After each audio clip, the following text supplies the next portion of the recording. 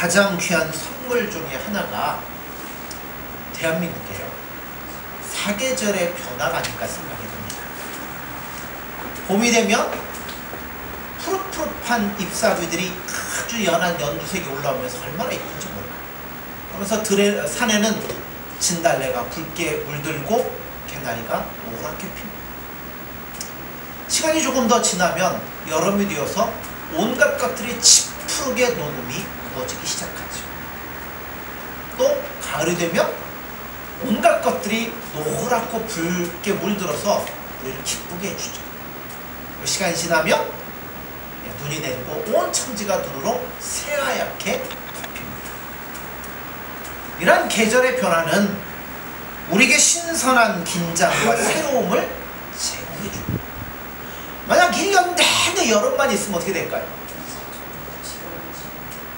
지겹죠. 사람이 게을러지기 시작하죠. 새로움과 신선함이라는 게 없어지기 시작하죠. 여러분, 예수님을 믿는 우리들도 마찬가지라고 생각이 들어요. 예수님만에 살아온 우리가 맨날 똑같기만 하면 어떨까? 그렇죠? 계절의 변화처럼 뭔가 새로워지고 신선함이 있고 동기가 부여되면 우리 예수님 앞에 아름답게 믿음으로 살아갈 수 있으리라 믿습니다. 사도 요한 당시에 교회는 초대교회인데요, 이단의 공격 때문에 굉장한 어려움을 겪고 있었습니다. 이단이 지하에 숨어있는 것이 아니라 아주 드러내놓고 교회를 공격하고 예수를 믿는 사람들을 핍박하며 그리스도를 부인했습니다. 문제는 그런 이단에 대해서 보이는 교회의 반응이었어요. 도무지 말도 안 되는 이단의 이런 이단에 대해서 교회는 생각 이상의 충격을 받았고 뿌리채 흔들리고 있었어요. 그 이유가 뭐냐면 이단이 강력하고 능력있고 열심히 있어서가 아니라 교회가 예수님 안에 든든히 뿌리를 내리고 있지 못하니까 조그만 바람이나 조그만 어려움이 와도 교회 자체가 흔들리기 시작했다는 겁니다. 여러분, 우리는 어떻습니까? 우린 진짜 예수님만에 든든하게 뿌리를 내리고 있고 예수님만을 바라보며 살아가고 있습니까? 그렇지 못한 것을 볼 때가 참 많아요. 한국교회 흐름이 그런 것 같아요. 여기서 뭔가 새로운 것들이 딱 등장을 하면 뭐예요? 한국에 있는 모든 교회가 그거를 다 도입하고 쫓아갑니다. 한동안 전도폭발, 그죠? 뭐 제자훈련, 뭐 그러더니 뭐 또 한참 올라왔고 알파 아말감이 급류를 변했다나요? 뭐 이런 거 막 하더니 그 다음에 또 목장 이런 여러 가지 것들이 한국교회를 쭉 훑고 지나가기 시작합니다. 그러니까 중심이 없으니까 뭐예요? 이거 하면 된다더라? 이거 흔들리고요. 이거 흔들리고 그럴 수밖에 없는 것이 한국교회 모습이었던 것 같습니다. 이런 모습을 우리는 교회와 교인들에게서 찾아볼 수 있는데요. 교회도 마찬가지죠. 뭔가 새로운 것들이 일어난다고 세미나 한다 그러면 온 교회가 다 거기에 흔들려가기 시작합니다. 교회만 그렇습니까? 교인들도 그렇죠. 늘 우리는 무엇에 갈급해 있어요? 예수님의 은혜에 갈급해 있죠. 그러다 보니까 누가 저기서 뭔가, 그래서 가끔 어디로 가요? 산속에 들어가기도 하고 기도원에 가서 기도도 하고 누군가 뭐 새로운 말씀이 있으면 그걸 찾아 듣기도 하고 그렇게 합니다. 마음에 답답함이 있어서 뭔가 새로운 걸 찾는데요, 찾으면 그게 처음에는 전부일 것 같은 시간 지나면 뭐예요? 이거 아닌 것 같아. 또 뭔가 새로운 게 나오면 또 거기를 쫓아가고 시간 지나면 또 아닌 것 같아. 자꾸만 새로운 것들을 찾아갑니다. 그러니까 처음에는 워낙 다양한 소리를 듣다 보니까 나중에는 이게 어떤 병폐를 가져오게 되냐면 나중에는 뭐예요? 다 그게 그거 같아. 입에서 모든 것이 똑같더라. 진리에 대한 열정이 사라져버리기 시작한다는 겁니다. 이걸 누가 제일 좋아하냐면 사탄이 제일 좋아하는 거예요. 바로 오늘날이 그런 때인 것 같습니다. 사람은 늘 호기심이 있을 수밖에 없죠. 호기심이 있는 존재인데 무언가 특별한 일에는 반짝 관심을 나타냅니다. 저를 봐도 그런 것 같아요. 저도 뭔가 특별한 게 있으면 막 관심을 기울이다가 조금 지나면 흐지부지 돼요. 뭔가 또 새로운 게 나오면 거기에 또 관심을 가지게 되죠. 그러다 보면 눈물도 없고요, 변화도 없습니다. 얼마나 안타까운 모습인지 몰라요.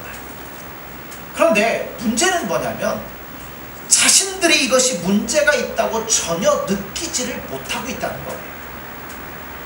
오랫동안 익숙해져 있었기 때문에 안 되더라는 거죠. 이런 것을 고칠 수 있는 방법이 뭐냐는 것을 오늘 본문을 통해서 가르쳐주고 있다는 거예요. 교회가 병들고 교인이 병드는 것은 여러분 다른 게 아니에요. 요새 일본과의 관계가 우리가 안 좋죠. 그래서 이제 도쿄 올림픽 보이콧 이런 얘기도 지금 나와요. 근데 보이콧 하면 충격은 주겠지만 누구는 제일 마음이 아플까요? 그렇죠. 4년 동안 그거 바라보며 준비했던 선수는 얼마나 안 좋을까요? 그러니까 이러지도 저러지도 못하는 상황이죠. 근데 여러분, 그렇게 열심히 노력하는 선수들이 제일 중요하게 여기는 게 뭔지 아십니까? 뭐가 탄탄해야 돼요? 기본기가 탄탄해야 돼요. 기본기가 탄탄하지 않고 요령만 있고 기술만 있으면 잘 나가는 것 같지만 결국엔 뭐예요? 네, 좋은 결과를 얻을 수가 없다는 거예요. 여러분, 교회가 사람도 그렇잖아요. 사람도 기본적인 체력이 있고 면역력이 있으면 웬만한 병 와봐야 뭐예요? 다 이겨낼 수 있지만 내 기본적인 체력이 떨어지고 면역력이 떨어지고 약해 있는 상태에서는 뭐예요? 조그만 것만 와도 걸려 넘어지게 돼 있어요. 여러분, 교회가 병들고 교인이 병드는 것은 다른 게 아니다라는 거죠. 가장 기본적인 진리가 무시되고 거기서 떠나있기 때문이라는 거예요. 자, 24절 한번 보세요. 너희는 뭐라고요? 처음부터 들은 것을 너희 안에 거하게 하라. 자, 처음부터 들은 게 뭐예요? 여러분, 예수님 믿을 때 처음 들은 게 뭐예요? 예? 뭡니까? 가장 기본적인 진리고 복음이었잖아. 하나님의 아들인 예수님이 이 땅에 오셔서 우리를 구원해 주셨는데 우리의 죄를 대속하려고 십자가에 죽으셨다더라. 여러분, 가장 처음에 듣는 게 뭐예요? 그거잖아요. 복음이잖아요. 예수님이잖아요. 그러니까 신앙에서 가장 기본은 뭐예요? 예수님이죠. 그분 안에 모든 것들이 출발이 되어지고 기본이자 결국 뭐예요? 이게 목표이고 전부라는 거죠. 자, 예수 우리를 대신하여 죽으셨다는 복음을 우리가 듣게 되잖아요. 그리고 그가 죽으신 것은 나의 죄를 대신한 것이고 그뿐만 아니라 믿는 자들에겐 뭘 주셔요? 성령을 주시는데 성령은 우리를 교회로 함께 모아서 예수님을 바라보고 그분을 사랑하도록 만들어 주신다는 거예요. 그러니까 결국 기본은 뭐냐면 예수님 사랑하는 것이고 그분과 동행하는 게 처음 드는 겁니다. 근데 정작 사람들은 조금 믿다 보면 이거를 별로 중요하게 생각하지 않아요. 왜냐하면 맨날 예수님도 다 아는데 예수님 나를 위해 구원해 주셨다는데, 그러니까 이제는 예수님이 아니라 뭐에 관심을 가져요? 실제적인 것. 예수님 믿어서 뭐가 더 좋아질 것인가, 뭐가 나에게 유익이 될 것인가 하는 것에 관심을 기울이기 시작합니다.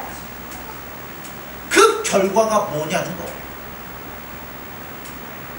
자신들 스스로가, 자 보세요. 24절. 너희는 처음부터 들은 것을 너희 안에 거하게 하라. 처음부터 들은 것이 너희 안에 거하면 너희가 아들과 아버지 안에 거하리라. 우리가 예수님 사랑하고요, 그분이 나의 신앙의 전부가 되고 그분을 알아가기를 원하고 그분을 닮아가기를 원하고 그분과 동행하기를 원하고 그분 때문에 즐거워하고 기뻐하며 그분께 초점을 맞추면 우리는 누구 안에 거하는 거냐면 예수님 안에 거하는 거예요.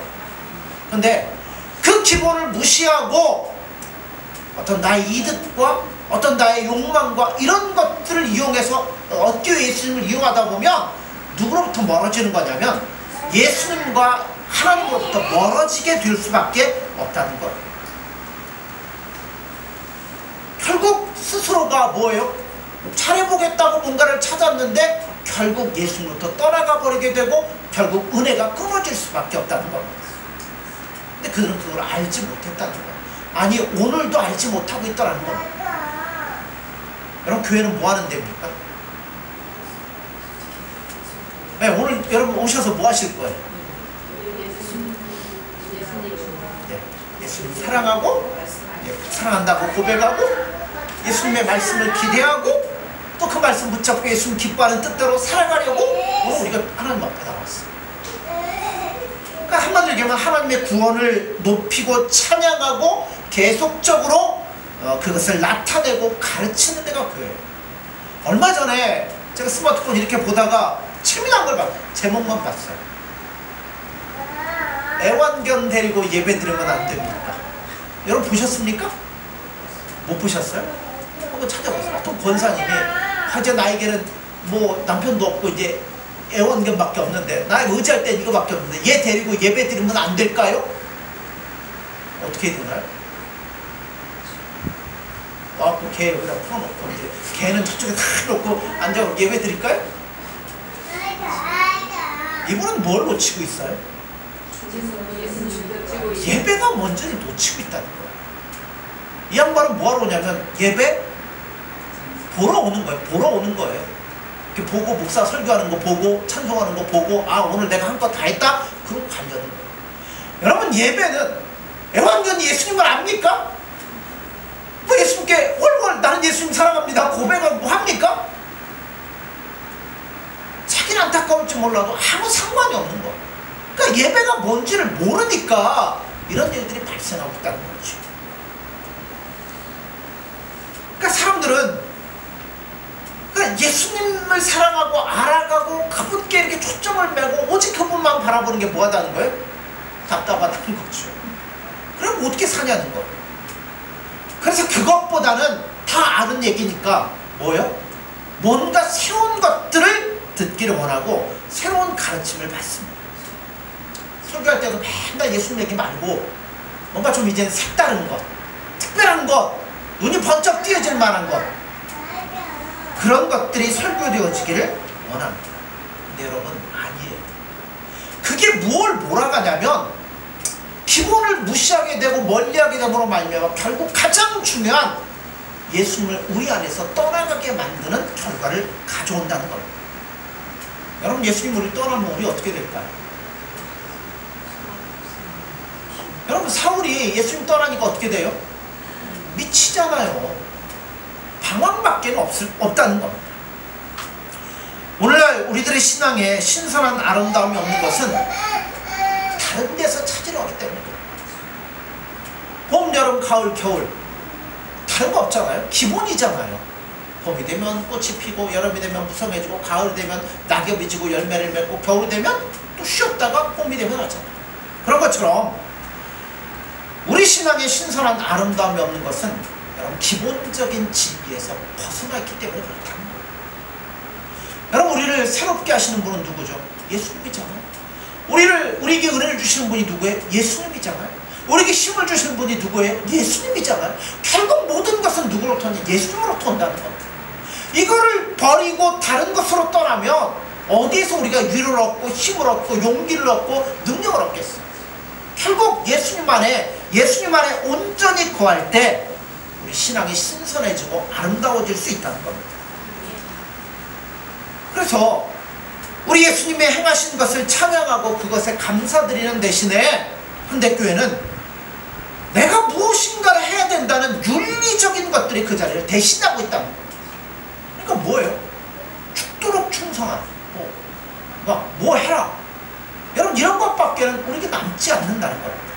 물론 윤리적인 것이 중요하지 않다는 얘기가 아니에요.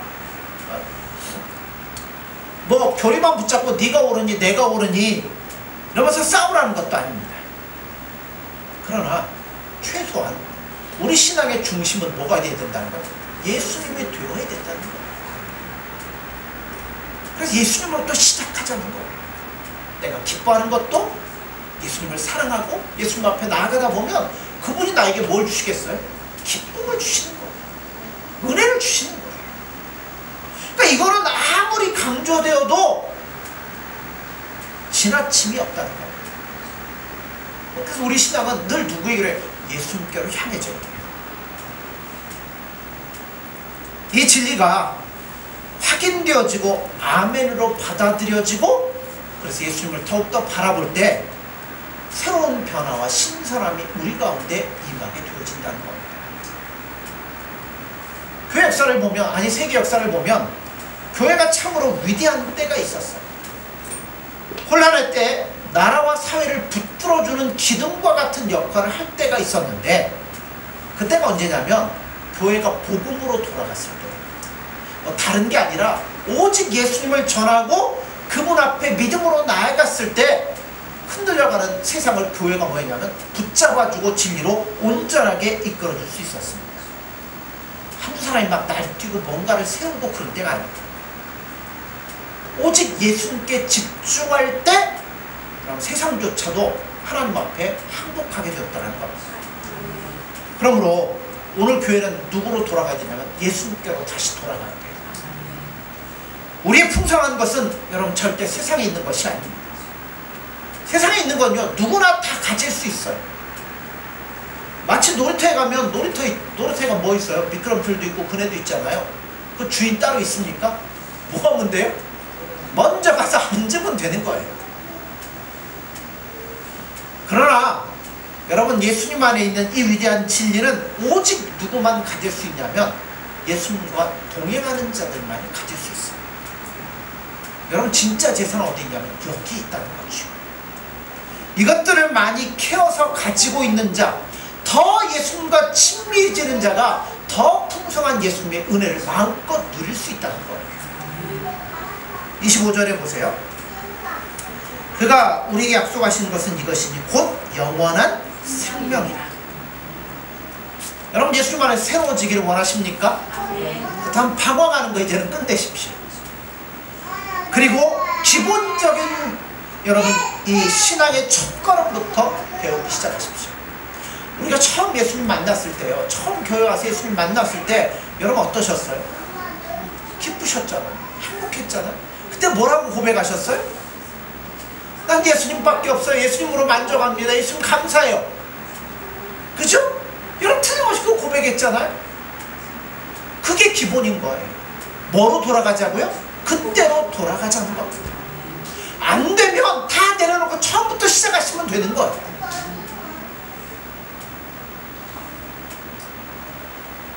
누구나 다 가질 수 있는 놀이터 기구 가지고 탐내지 마시고, 그건 좀 늦게 탄다고 뭐 다른 거 없어요. 늦게 타면 되는 거죠. 그런 것, 여러분 그거 빨리 탄다고 해서 사람이 변화되고 달라지고 새로워지고 그럽니까? 그런 건 전혀 없죠. 오직 예수님 안에서 예수님과 즐거이 교제하는 자만이 새롭고 신선하게 되어질 수 있다는 거예요.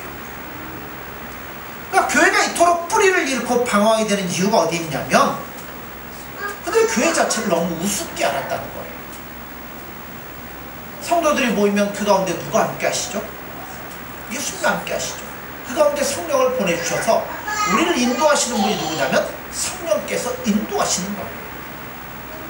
그러니까 이거를 우리는 믿어야 돼요.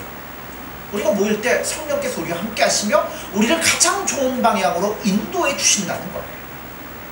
근데 그 성령의 인도하심을 사람들이 바라보지 않으니까 뭘 보기 시작하냐면 눈에 보여지는 것만을 보기 시작합니다. 설교자의 학벌을 봅니다. 시원찮죠? 장로들의 학벌 보니까 나만 또 못해요? 그러니까 무시하기 시작하죠. 겉만 보고 이들의 가르침에 순종하지 않더라는 겁니다.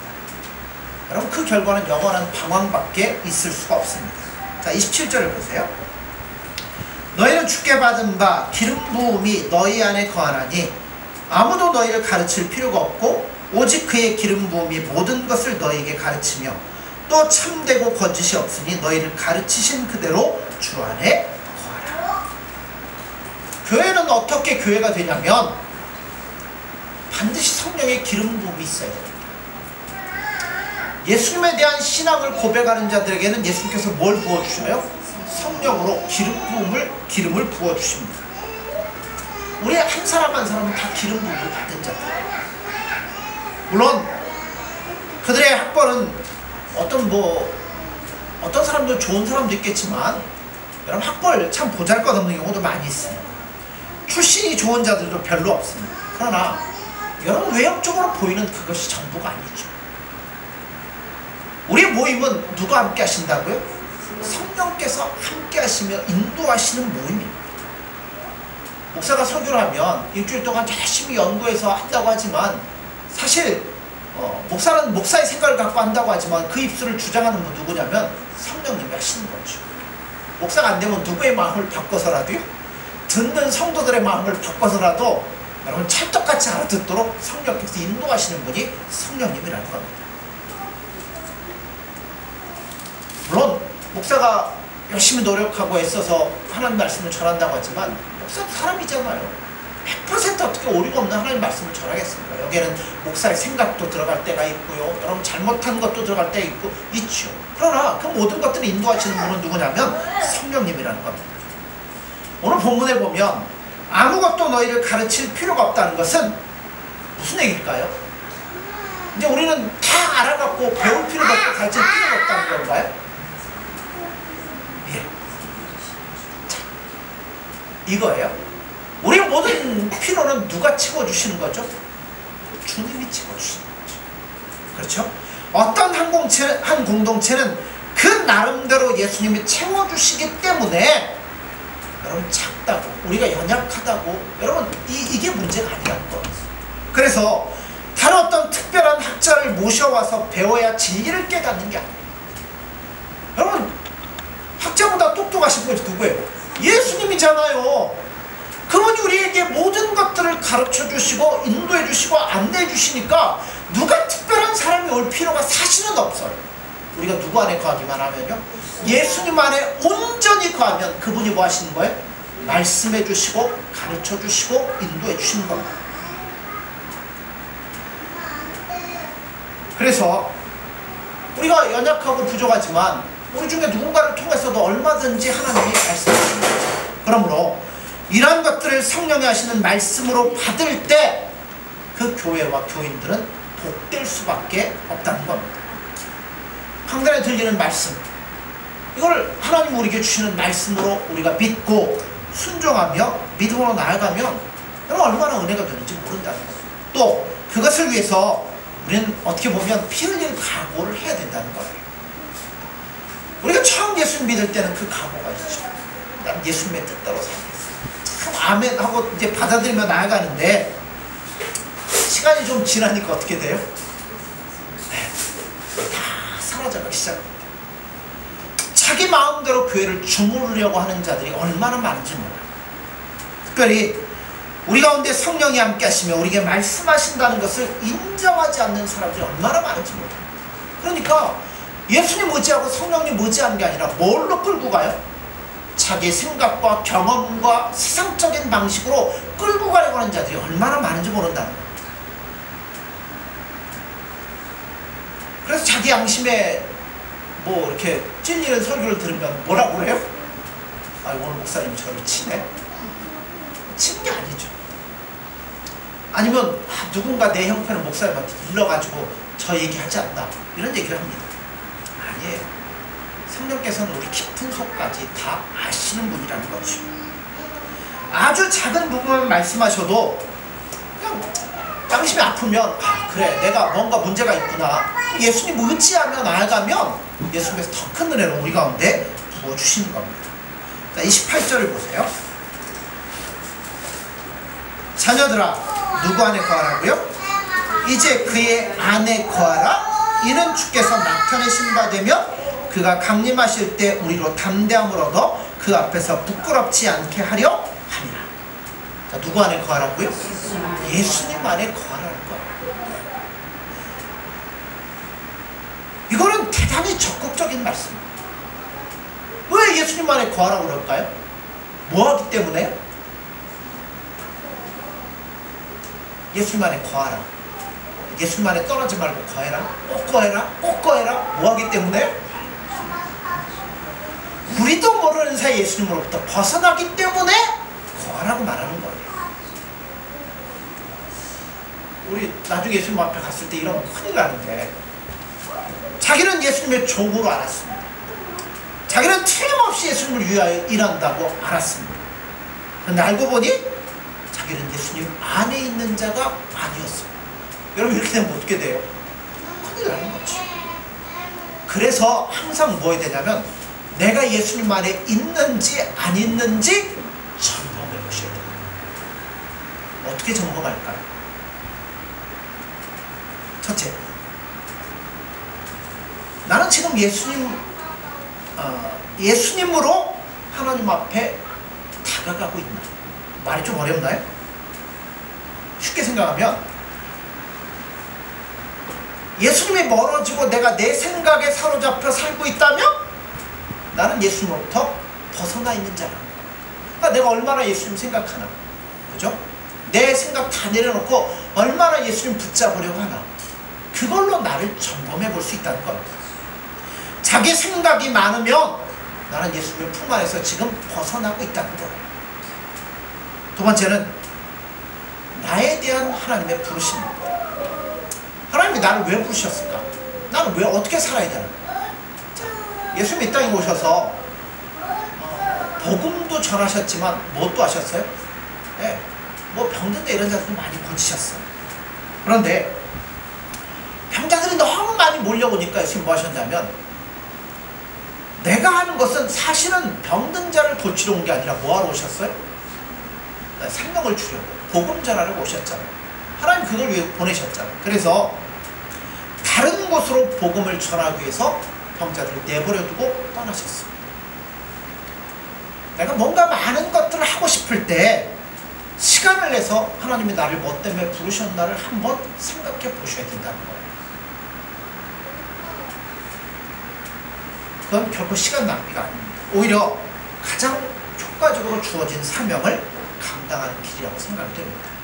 세 번째, 내가 예수님 안에 있나 안 있나 점검하는 것. 상식적인 기준으로 점검할 수 있습니다. 상식적으로 생각해서 윤리성이 없는 짓을 하고 있다면 그건 뭐예요? 예수님의 품에서 떠나 있는 모습이라는 거죠. 29절에 보면 너희가 그가 의로우신 줄 알면 의를 행하는 자마다 그에게서 난 줄을 알리라. 그러니까 예수님은 의로우신 분이시죠. 그러므로 그에게 나신 분도 의로울 수밖에 없습니다. 예수님은 포도나무요. 우리는 그 가지니, 그죠? 가지가 어디에 붙어요? 나무에 붙으면 우리는 뭐를 맺어요? 열매를 맺는데 무슨 열매요? 포도나무니까 포도 열매를 맺겠죠. 무화과 나무 대신 예수께 붙으면 무화과가 맺어지겠죠. 의로우신 예수님 안에 온전히 거하면 의로운 사람이 될 수밖에 없다는 거예요. 그래서 뭐 예수님 믿으면서 착하게 삽시다, 선하게, 그럴 필요가 없다는 거예요. 예수님만 사랑하고 온전히 나아가면 예수님이 기뻐하는 열매를 맺으며 살아갈 수밖에 없어요. 그러므로 그에게 나신 분도 의로울 수밖에 없습니다. 만일 내가 주의를 한다고 하면서 불신자들도 하지 않는 일을 하고 다닌다면 이미 우리는 예수님 밖에 있는 자들이라고 밖에는 생각할 수밖에 없습니다. 누구든지 그리스도 안에 있으면 다시는 뭘 안 받아요? 심판을 받지 않는다고 했어요. 맞는 사실입니다. 그런데 여러분, 자기가 그리스도 안에 있다고 생각하는 것과 실제로 그리스도 안에 있는 것은 전혀 다르다는 얘기죠. 그래서 늘 자신의 위치라는 건 점검해 보십시오. 그리고 중요한 건 기본이 돼야 돼요. 이거 안 되면 흔들릴 수밖에 없어요. 모든 것은 예수님 안에서 시작이 되고 그분으로 점검받고 그분으로 인하여 확인이 되어져야 된다는 거예요. 그러므로 사랑하는 성도 여러분들, 구원을 어떻게 얻으라고요? 두렵고 떨림으로 구원을 이루라, 이런 말씀도 있는데요. 왜냐하면 오늘이라도 하나님이 우리에게서 은혜를 거둬가시면 우리는 아무것도 아니에요. 그러므로 여러분 처음 들은 그 복음, 그 예수님이 내 안에 충만해지도록 여러분 최선을 다하십시오. 그리고 여기서 벗어나는 것, 여러분 새로운 것 찾지 마. 새로운 게 좋은 거라고 하지만 아니에요. 예수님 안에는 예수님 안에 있을 때 새로워지는 거지 다른 것 찾아 새로워지는 게 아니에요. 그러므로 예수님만을 사랑하고 예수님만을 의지하고 예수님과 즐거이 동행할 수 있는 저와 그 여러분이 되어지기를 간절히 소원합니다. 기도하겠습니다. 예수님 사랑합니다.